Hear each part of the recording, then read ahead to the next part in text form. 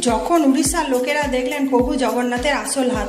এই সত্য ঘটনাটি পঞ্চদশ শতকে পুরীতে ঘটেছিল। একবার জগন্নাথ দেবের এক বড় ভক্ত দাসিয়া বাউরি প্রভুর জন্য কিছু বিশেষ তাজা আম এনেছিলেন। তখন সিংহদুয়ারে দাঁড়িয়ে থাকা পাহারাদারেরা তাকে দরজাতে আটকে দিয়ে আম নিয়ে চলে যেতে বললেন। তখন দাসিয়া বাউরি ওই আম জগন্নাথ দেবকে নিজে হাতে খাওয়াতে চাইছিলেন। তাই দাসিয়াজি ও দ্বাররক্ষীদের মধ্যে অনেক তর্ক হলো। তখন দাসিয়াজি মন্দিরের বাইরে দাঁড়িয়ে কাঁদতে কাঁদতে প্রভু জগন্নাথ দেবকে আম দিলেন।